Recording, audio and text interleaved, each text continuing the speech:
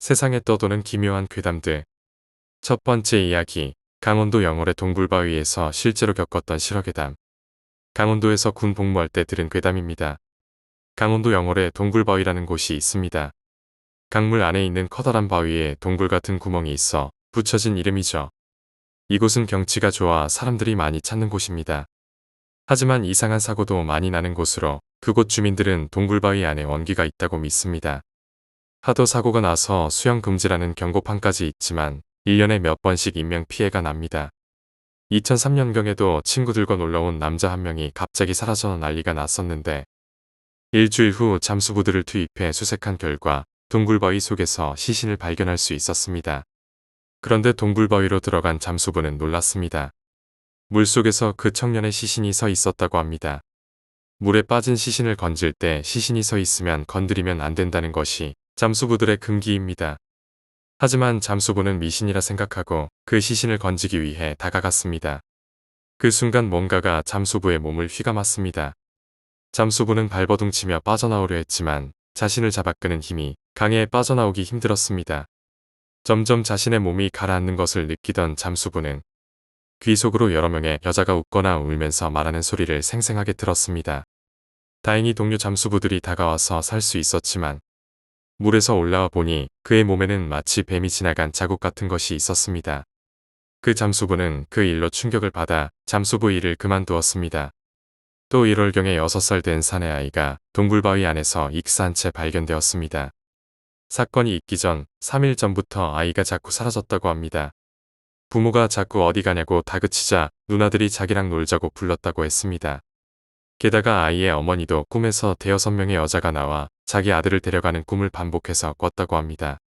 그래서 아이를 밖에 못 나가게 했는데 부모가 잠시 한눈을 판 사이 아이가 사라졌고 부모들이 찾으러 나왔을 때 동굴바위에 강 어귀에 아이의 신발과 옷가지가 널려 있었습니다.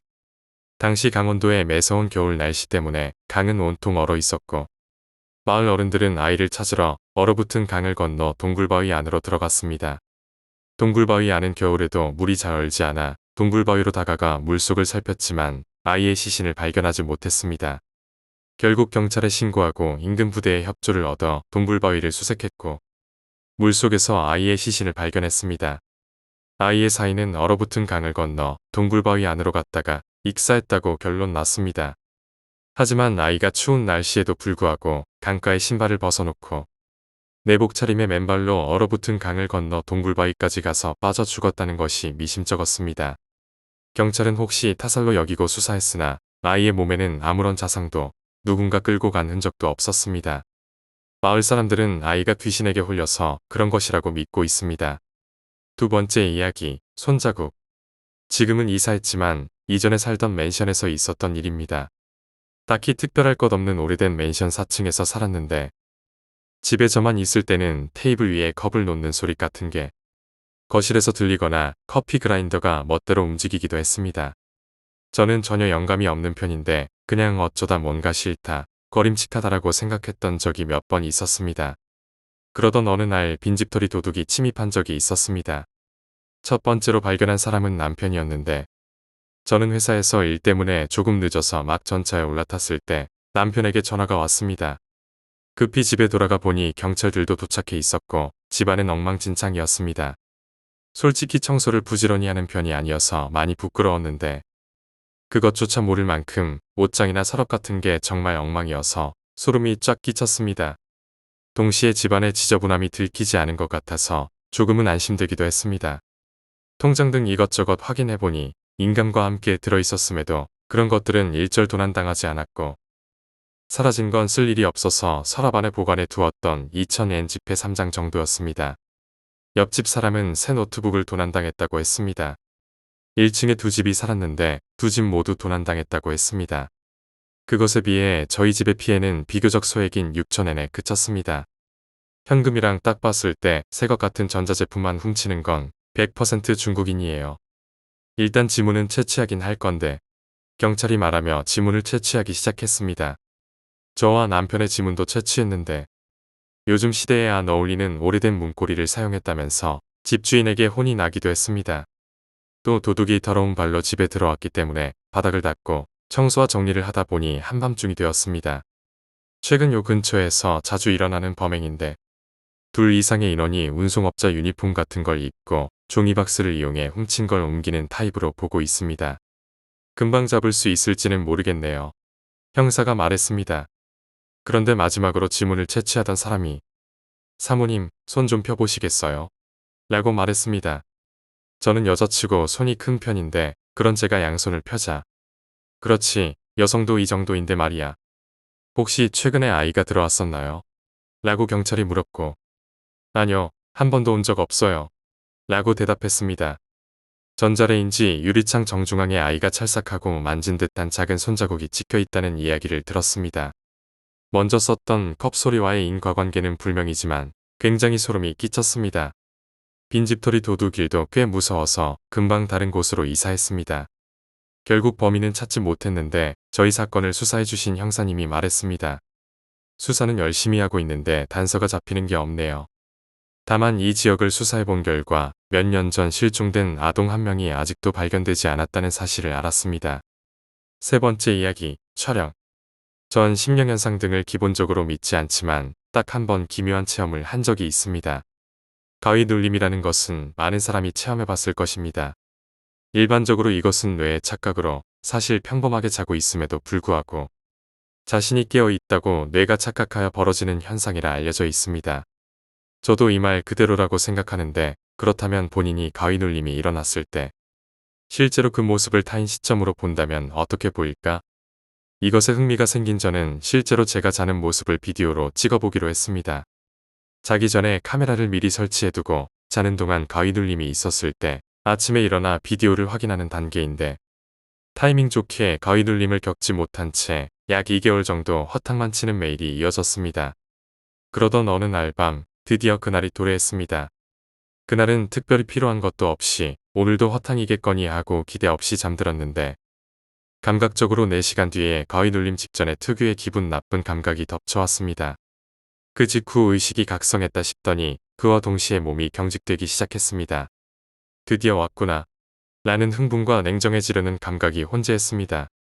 이번 목표는 가위에 눌린다는 것도 있지만 그 상태를 얼마나 길게 유지하는지 또한 중요했습니다. 긴 시간 동안 가위 눌림 상태를 유지하지 않으면 비디오를 확인할 때 어디가 가위 눌린 부분인지 잘 모를 가능성이 높기 때문입니다. 저는 너무 지나치게 릴렉스하지 않도록 손과 발을 움직여보면서 역시 안 움직이네 같은 묘한 냉정한 상태를 유지할 수 있었고 가위 눌림이 시작되고 약 5분 정도 지난 것 같은 기분이 들었습니다. 이 상태를 유지하기도 슬슬 지치기 시작한 저는 슬슬 끝내볼까라는 생각에 마지막 작업에 돌입했습니다. 가위 눌림과 조우하는 것과 별개로 전 다른 계획이 있었습니다. 가위 눌림 중 있는 힘껏 비명을 지르면 어떻게 될까? 라는 것이었습니다. 가위 눌림 도중 힘껏 소리 지르는 그 모습을 타인의 시선으로 본다면 어떨까? 정말로 소리를 지르고 있을까? 아니면 그저 제가 비명을 지른다고 생각할 뿐이고 실제로는 소리를 지르지 않고 있는 걸까? 이게 궁금했던 저는 가위 눌림 최후로 온 힘을 다해 몸을 쥐어짜며 으악라고 소리쳐 보았습니다. 확실히 전 소리를 질렀다고 생각했습니다. 소리를 지름과 동시에 힘을 다 써버린 저는 의식이 멀어졌고 정신 차려보니 어느새 아침이 되어 있었습니다. 묘하게 몸이 무거웠습니다. 그렇게 기력을 쥐어짰으니 당연한 건가? 평소 같으면 찍은 영상을 바로 확인했겠지만 일단 출근부터 하고 돌아와서 비디오를 보기로 했습니다. 그렇게 일을 마치고 드디어 어제 찍은 비디오를 보게 되었습니다. 기대가 되긴 했지만 뭐 어차피 내가 자는 모습이 찍혀있는 정도겠지라고 생각했습니다.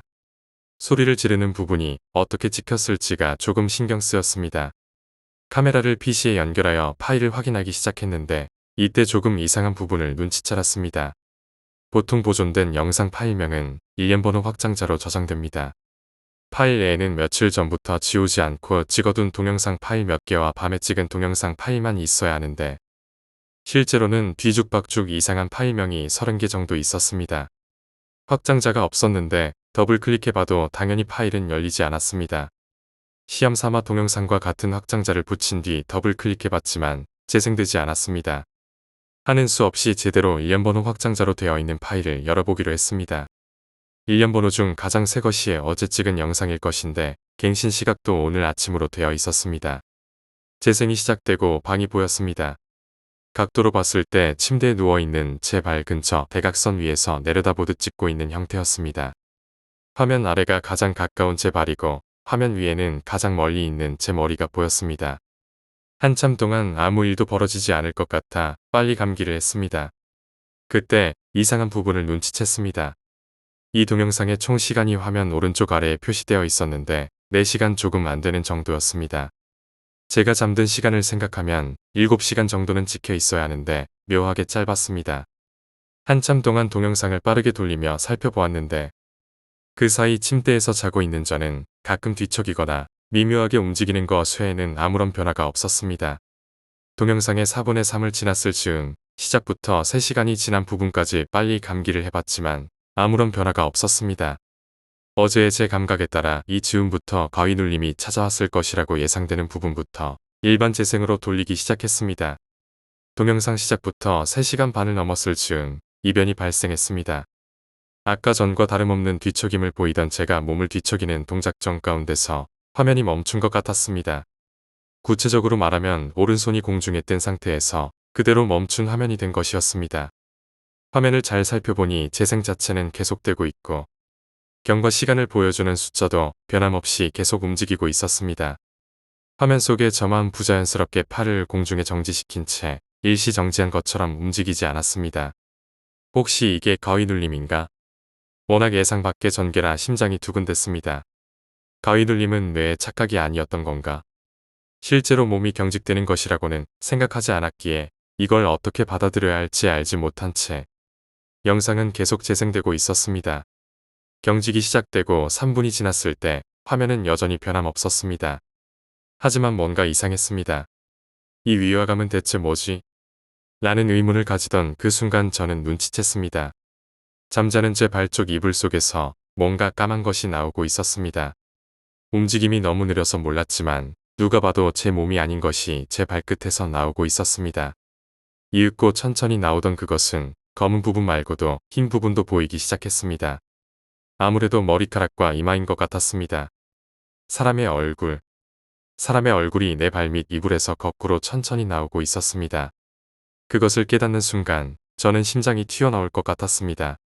더 이상 영상을 보지 않는 게 좋겠다고 생각했지만 어째선지 영상에서 눈을 뗄 수가 없었습니다. 손이 덜덜 떨리고 있는데도 어째선지 영상을 보는 것을 멈출 수 없었습니다. 정지 버튼을 누르고 싶었지만 할 수가 없었습니다. 몸을 자유롭게 움직일 수 없었습니다.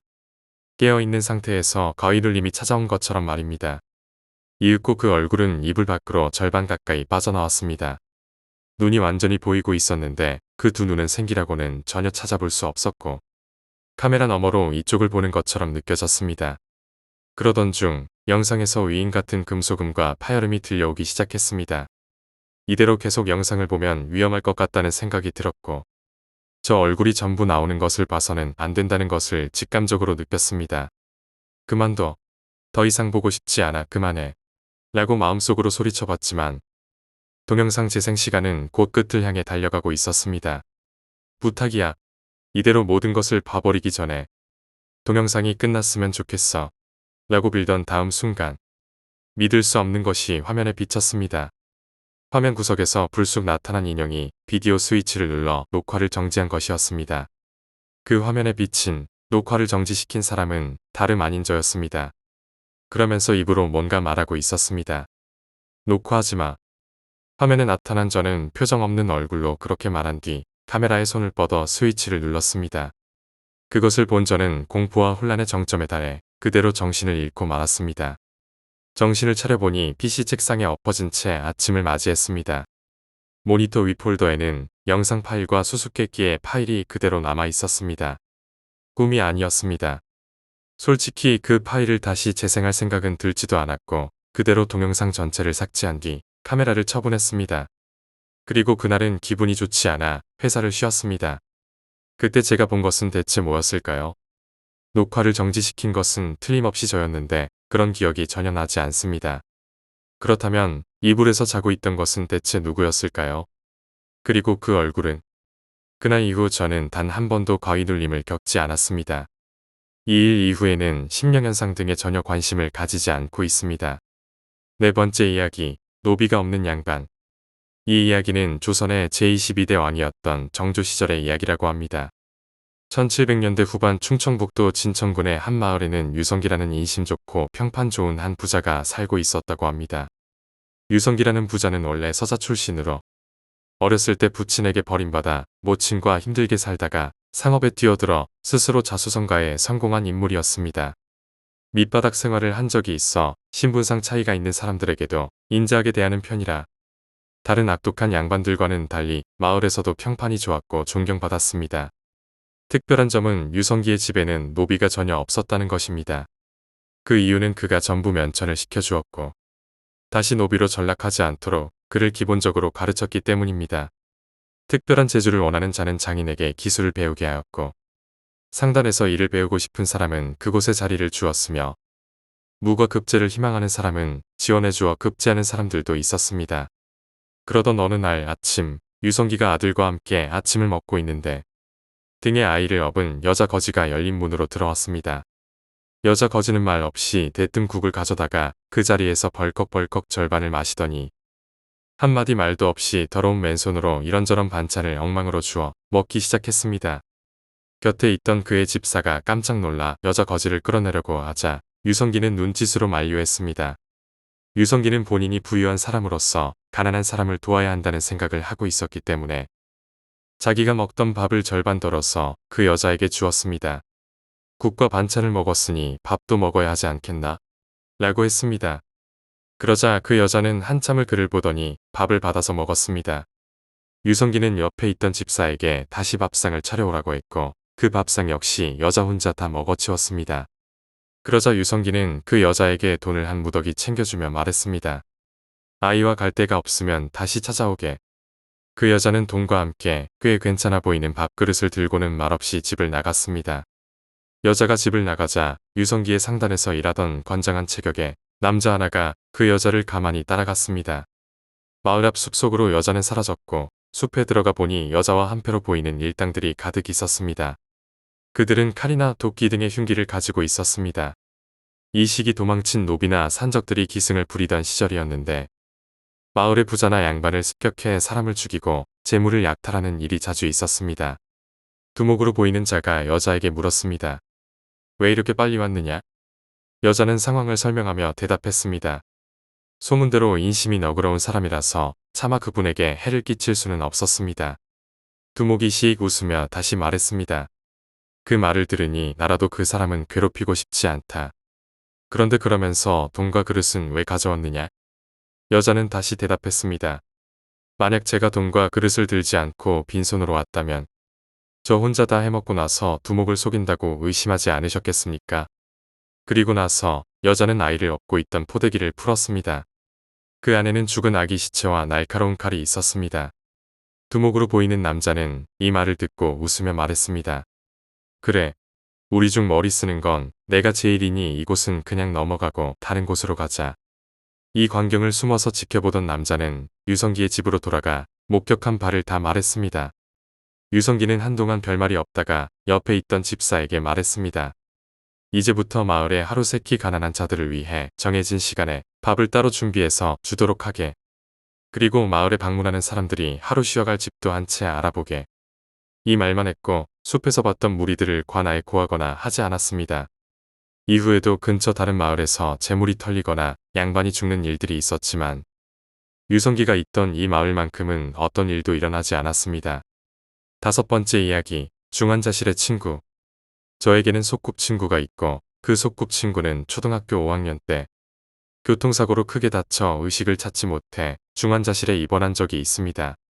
제가 지금부터 할 이야기는 정희가 입원해 있던 시기에 저와 정희가 꾼 꿈에 관한 이야기입니다. 의식을 차리지 못하고 병원 침대에 누워있는 정희를 보고 온 날 밤, 저는 꿈을 하나 꿨습니다. 꿈에서 저는 부둣가를 헤매고 있었습니다. 꿈이었지만 정말 한참을 헤매었던 것 같습니다. 그러다 저 멀리 항구에 사람들이 모여있는 게 보였습니다. 저기서 뭘 하는 건가 싶어 그쪽으로 가보니 사람들이 길게 줄을 서서 배를 타고 있었습니다. 그 배는 엄청나게 컸습니다. 일단 여객선보다도 몇 배나 더 컸는데 그 많은 사람들이 일렬로 줄을 서서 배를 타고 있는 광경이 너무 신기했습니다. 저는 줄을 서 있는 사람들에게 이 배는 어딜 가는 배인지 왜 모두 줄을 서 있는 건지 물었지만 아무도 제 말에 대꾸는커녕 무표정으로 저를 무시했습니다. 꿈이었지만 사람들이 저를 무시하는 것에 대해 마음이 상했고 어떤 장난이라도 쳐볼까, 새치기라도 해볼까 하며 배 입구로 올라가는 계단 쪽으로 갔습니다. 그렇게 앞으로 걸어가던 중 일렬로 서 있는 사람들 중에서 그 친구를 발견했습니다. 저는 반가운 마음에 친구에게 다가가 손을 잡고 흔들었지만 친구는 동상처럼 움직이지 않았고 제 쪽을 쳐다보지도 않았습니다. 그저 다른 사람들처럼 무표정한 얼굴로 계속 앞만 보고 있었습니다. 그제야 줄 서 있는 사람들이 뭔가 이상하다는 걸 느낀 저는 주변을 둘러보는데 줄은 서서히 줄어들어 친구가 배에 탈 차례가 다가왔습니다. 그런데 배 입구에서 검은 옷을 입은 사람들이 배에 타는 사람들을 한 사람 한 사람 확인하고 있었습니다. 그 검은 옷을 입은 사람들을 보는 순간 굉장히 무섭고 불안한 감정이 밀려왔고 친구를 태우면 안 되겠다는 생각이 들었습니다. 저는 친구를 줄에서 벗어나게 하기 위해 있는 힘껏 친구를 안은 후 도망치려 했습니다. 하지만 친구를 안고 달리려다 균형을 잃고 넘어지는 바람에 꿈에서 깨어났습니다. 꿈에서 깬 후에도 한동안 진정이 되지 않아 거칠게 숨을 내쉬며 침대에 멍하니 앉아 있었습니다. 너무 무서워서 그 뒤로 친구의 병문안도 가지 않았고 그날 제 꿈 때문에 친구가 잘못된 건 아닌가 하는 생각이 너무 컸거든요. 꿈 이야기 역시 아무에게도 이야기하지 않았습니다. 꿈을 꾸고 2주 뒤 친구의 의식이 돌아왔다는 전화를 받았습니다. 얼른 친구에게 달려갔고 친구에게 갔더니 친구는 저를 보자마자 엉엉 울면서 이야기하더군요. 자신이 커다란 배를 타려고 줄 서 있는 꿈을 꿨다고요. 그리고 그 사람들은 머리가 깨져 피를 흘리는 사람, 다리 한쪽이 없는 사람, 배가 터져 장기가 다 나와 있는 사람, 나이가 든 할머니, 할아버지 등 자기 앞에 서 있는 사람들이 너무 무서워서 줄에서 벗어나고 싶었는데 아무리 해도 몸이 움직이지 않았다고 했습니다. 그 순간 저 멀리서 제가 나타나 자기를 끌어안고 넘어졌다고 넘어지고 나니 저는 사라졌고 그때부터 몸이 움직였고 제가 나타났던 방향으로 뒤도 안 돌아보고 뛰었다고 하더군요. 그렇게 정신을 차리고 보니 병원이었습니다. 그런 친구의 말에 저도 꿈 이야기를 했고 서로 다행이라며 서로를 끌어안고 펑펑 울었습니다. 6번째 이야기, 생일 파티. 할머니 집에서 생일 파티를 한 기억이 있습니다.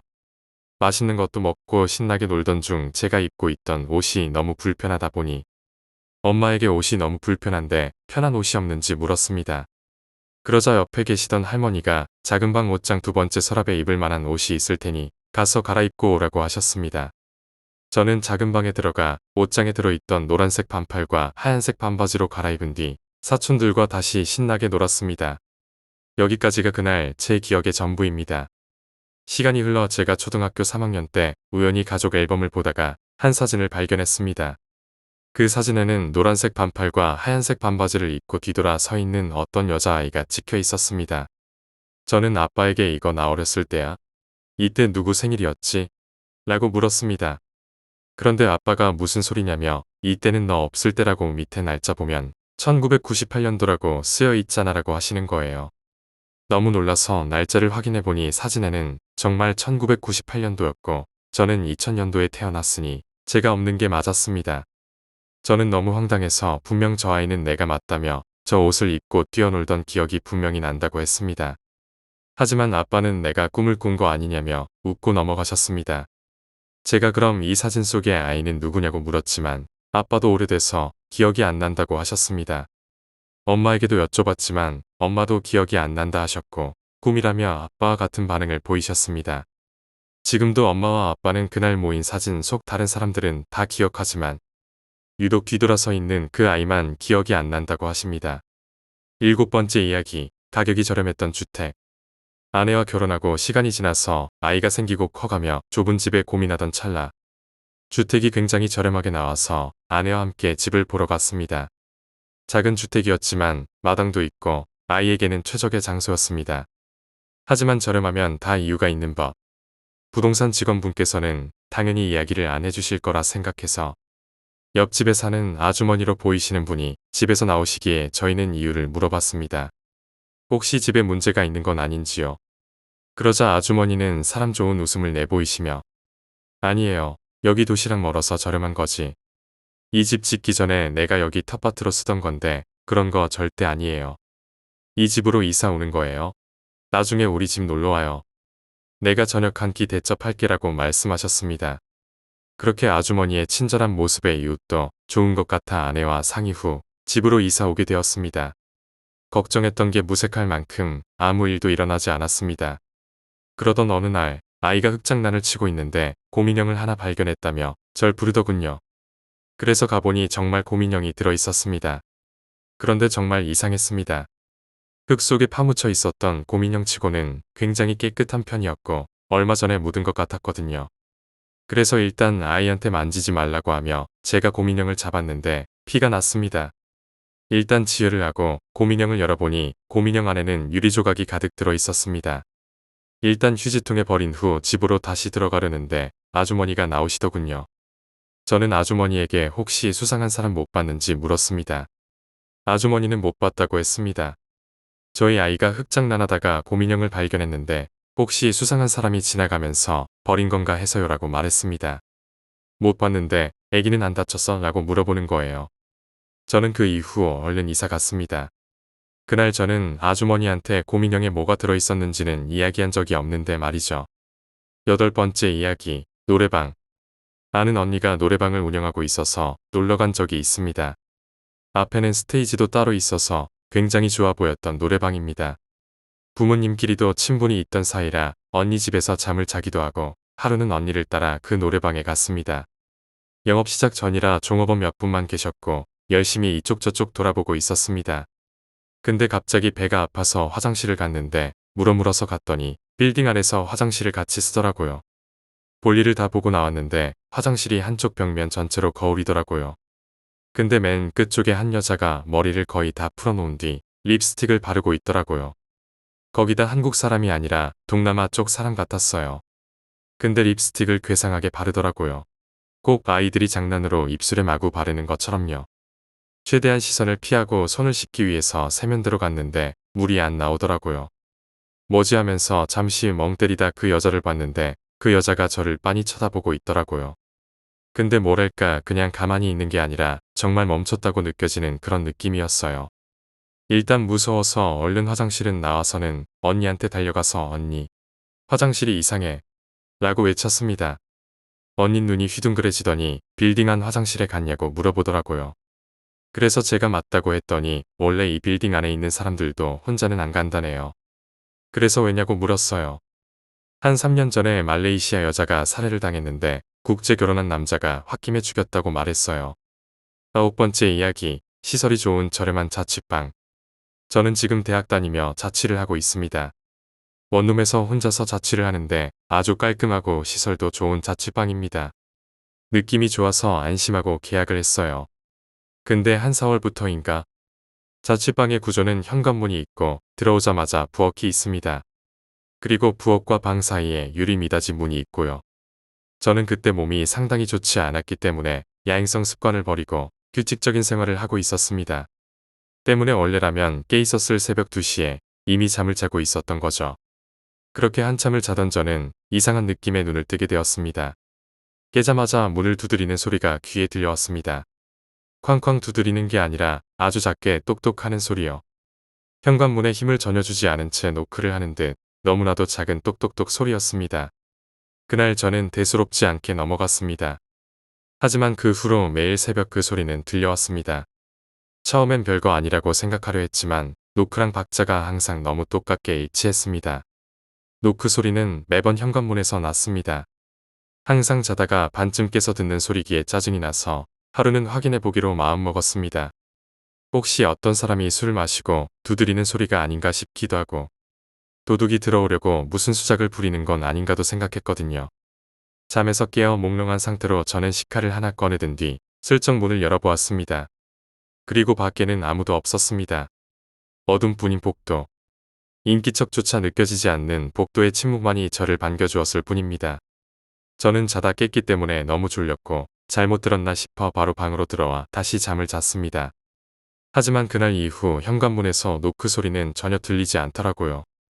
저는 이상하다 싶으면서도 소리가 안 들리니 일단 잘 됐다는 생각을 하며 다시 일상생활로 돌아갔습니다. 그리고 현관문에 노크가 사라진 지 얼마나 되었을까요? 다시 노크 소리가 들리기 시작했습니다. 그런데 이번엔 현관문이 아니었습니다. 유리 미닫이 문이었습니다. 부엌과 방을 가로막는 그 유리 미닫이 문 말입니다. 똑똑이라기보단 너무 힘이 없는 노크 소리는 콩콩콩에 가까운 작은 소리였습니다. 하지만 규칙적인 노크. 저는 그 소리를 듣고 왜 현관문에서 노크 소리가 들리지 않았는지 깨달았습니다. 현관문에서 노크를 했던 그 무언가는 제가 문을 열었을 때 들어왔던 거겠죠. 그리고 며칠 전 부모님이 제 자취방에 오셔서 주무셨을 때 덥다는 이유로 그 유리 미닫이 문을 열고 주무셨습니다. 아버지는 가위에 눌리셨고 이상한 여자가 부엌에서 스르르 다가오더니 어머니 배 위에 엎드려 누워 이상한 말을 속삭이는 걸 봤다고 하시더군요. 그렇게 저는 그 집을 떠났습니다. 10번째 이야기, 단독주택. 아파트에 살던 저희 가족은 주택으로 이사를 오게 되었습니다. 이사를 온 뒤부터 이상하게 잦은 사고가 많았습니다. 물론 가정 내 불화도 원인이었죠. 어느 날 부모님 모두 외출을 나가신 뒤 집에 혼자 남게 되었습니다. 적적한 마음에 마당에 있던 저희 집 강아지를 몰래 데리고 왔습니다. 거실에서 한창 TV를 보고 있는데 갑자기 저희 집 강아지 만두가 짖기 시작하더라고요. 평소에 잘 짖지 않는 만두가 정말 심하게 짖더라고요. 먼지가 많아서 아무도 쓰지 않는 다락방을 향해 말이죠. 얘가 왜 이러나 하며 다락방을 쳐다봤는데 분명히 닫혀 있었던 문이 빼꼼히 열려 있는 겁니다. 괜스레 섬뜩해져 재빨리 다락방 문을 닫아버렸습니다. 그런데 말이죠. 만두가 짖는 방향이 다락방 쪽에서 주방 쪽으로, 주방 쪽에서 TV 쪽으로, TV 쪽에서 소파 쪽으로 계속 바뀌더라고요. 너무 무서워서 리모컨을 꼭 쥐고 눈을 감았습니다. 몇 분이 지났을까요? 더 이상 만두가 짖지 않길래 살며시 눈을 떴습니다. 그 순간 만두는 제 머리 위를 보고 짖었습니다. 11번째 이야기, 하지마. 고등학생 때 있었던 일입니다. 수업 종이 치고 곧 반 친구들 모두 수업 준비를 하고 기다리고 있었습니다. 곧 선생님이 오셨고 교탁에 서서 출석부를 체크하셨어요. 선생님이 출석부에 적힌 이름을 거의 다 불러갈 때쯤 친구가 선생님, 무서운 이야기 해주세요라고 했습니다. 수업을 조금이나마 늦게 시작하고 싶은 마음에 반 친구들은 같은 마음이 되어 선생님께 조르기 시작했어요. 워낙 아이들의 장난을 잘 받아주고 스스럼 없이 지냈던 선생님이기에 반 아이들은 계속 졸랐습니다. 그러자 출석부만 쳐다보시던 선생님이 씩 웃으면서 그럼 무서운 이야기 하나 해볼까? 하고 고개를 드셨습니다. 그런데 갑자기 선생님이 교실 뒤에 있는 사물함 쪽을 뚫어져라 쳐다보시다가 이내 표정이 싹 굳어지셨습니다. 그리고 사색이 되어서 손을 벌벌 떠시며 도망치듯 밖으로 나가셨어요. 아이들은 무슨 일인지 모르니 어리둥절하고 있었습니다. 반장이 선생님을 찾으러 교무실에 갔지만 선생님은 교무실에 계시지 않았고 아이들은 어쩔 수 없이 선생님이 들어오시길 기다리며 자습했습니다. 하지만 선생님은 그날 수업에 다시 들어오지 않으셨습니다. 며칠 후 선생님의 수업 시간이 되었고 선생님이 오셨습니다. 아이들은 선생님에게 왜 그날 아무 말도 없이 나가셨냐고 물었습니다. 아무 일 아니라며 계속 답을 피하시던 선생님은 아이들의 끝없는 질문에 대답을 했습니다. 사실 그날 너희에게 무서운 이야기 해주려는데 교실 뒤쪽 사물함에 누가 앉아있는 듯한 형상이 보였어. 그래서 저게 뭐지 하고 쳐다봤는데 6, 7살쯤 되어 보이는 여자아이가 있는 거야. 그 아이와 눈이 마주친 순간 사물함에 걸터앉아 있던 아이가 미친 듯이 다리를 앞뒤로 흔들었어. 그러다 몇 초 후 탁 멈추더니 나를 보며 뭐라고 하더라고. 나는 그 애가 하는 입모양을 보고 도저히 교실에 있을 수 없어서 도망치듯 나갔던 거야라고 선생님이 말했습니다. 반 아이들은 선생님에게 아이가 뭐라고 했는지 물었습니다. 그 아이 입모양은 하지마였다고 합니다. 그 순간 교실이 싸해졌고 아이들은 곧 장난하지 말라며 말했지만 그날 이후 교실 뒤쪽은 바라보지도 못하고 어색한 시선 처리로 수업을 하시는 선생님을 보며 그 이야기가 진짜구나 싶었습니다.